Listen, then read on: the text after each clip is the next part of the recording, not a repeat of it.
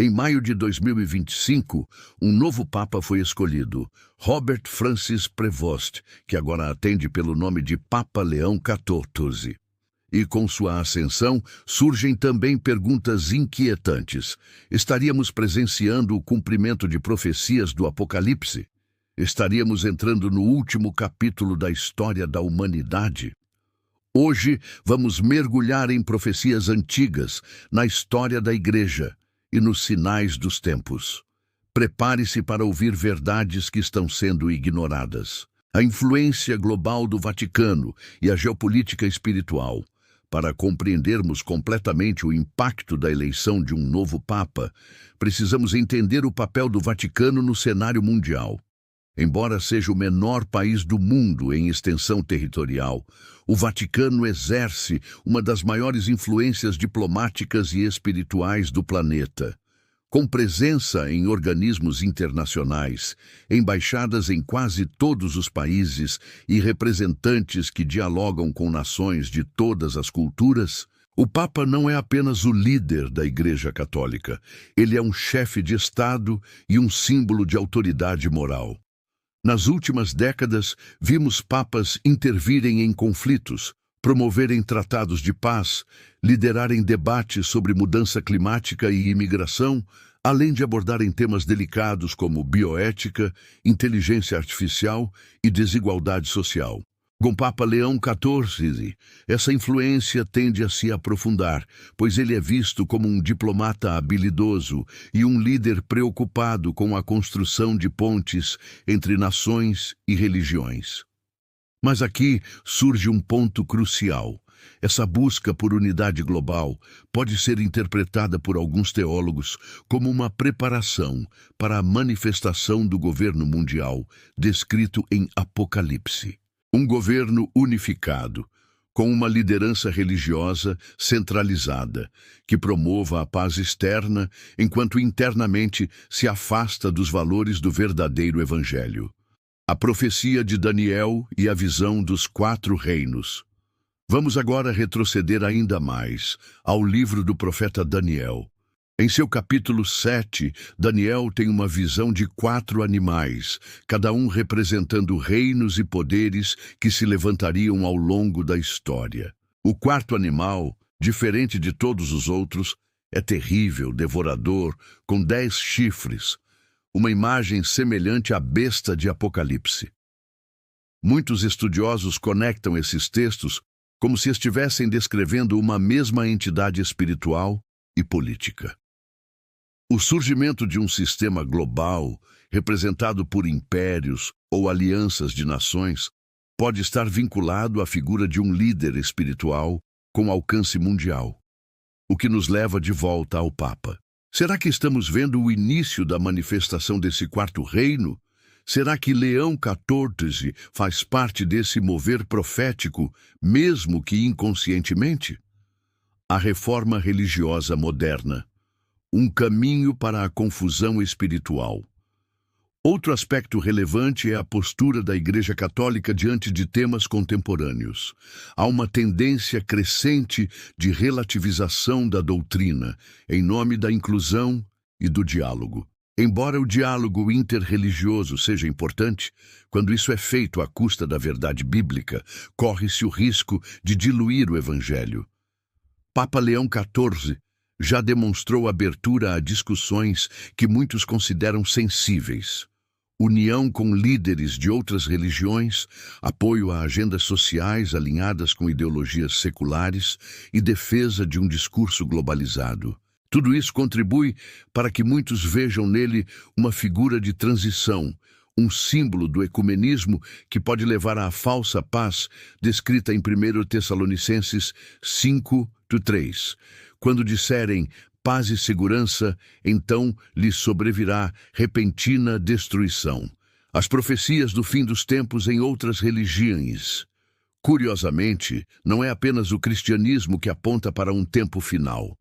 No islamismo, por exemplo, há a figura do Mahdi, um líder justo que virá antes do fim. Também se fala do retorno de Isa, Jesus, como juiz supremo. No judaísmo, ainda se aguarda a vinda do Messias. Em muitas vertentes do hinduísmo e do budismo, há ciclos de destruição e renovação que antecedem uma nova era espiritual. Essas convergências não devem ser interpretadas como coincidência. Elas apontam para uma inquietação espiritual global. O mundo sente que algo está prestes a mudar.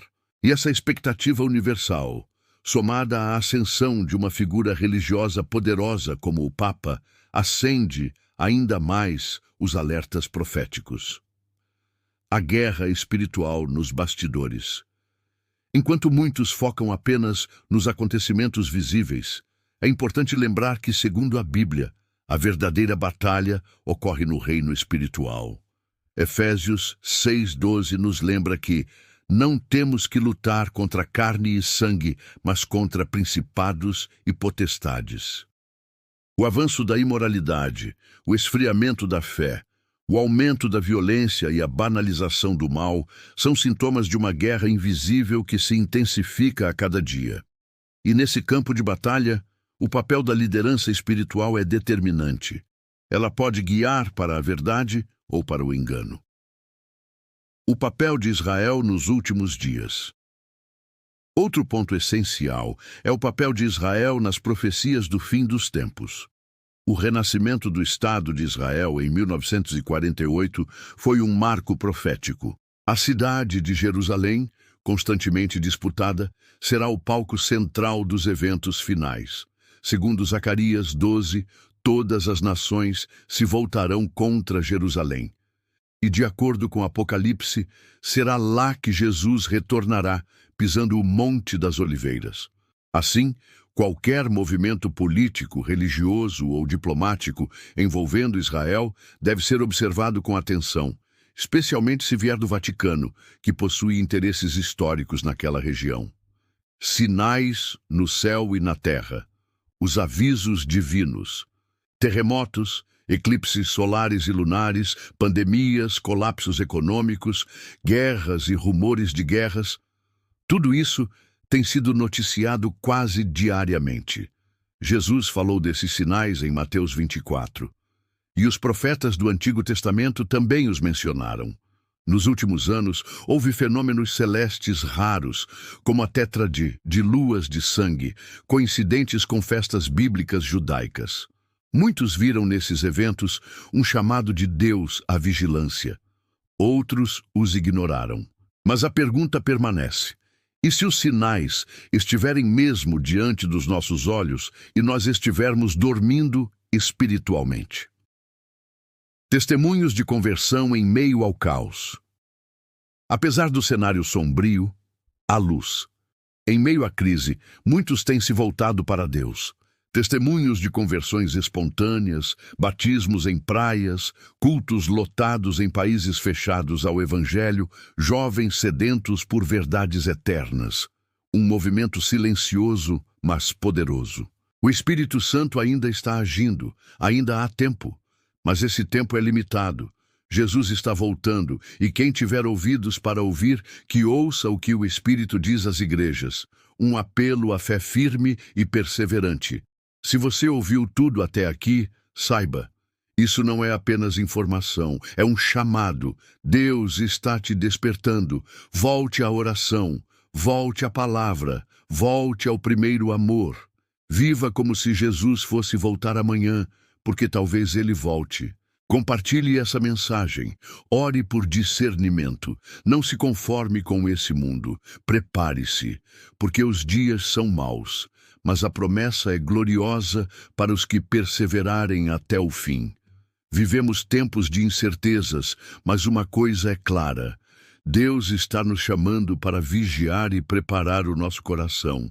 A história está se desenrolando diante de nossos olhos e o retorno de Cristo se aproxima. Que a nossa fé seja firme e nossa esperança inabalável, pois aqueles que permanecerem em Cristo terão a vitória eterna. Que a paz de Deus guie cada um de vocês e que possamos estar prontos para o que está por vir.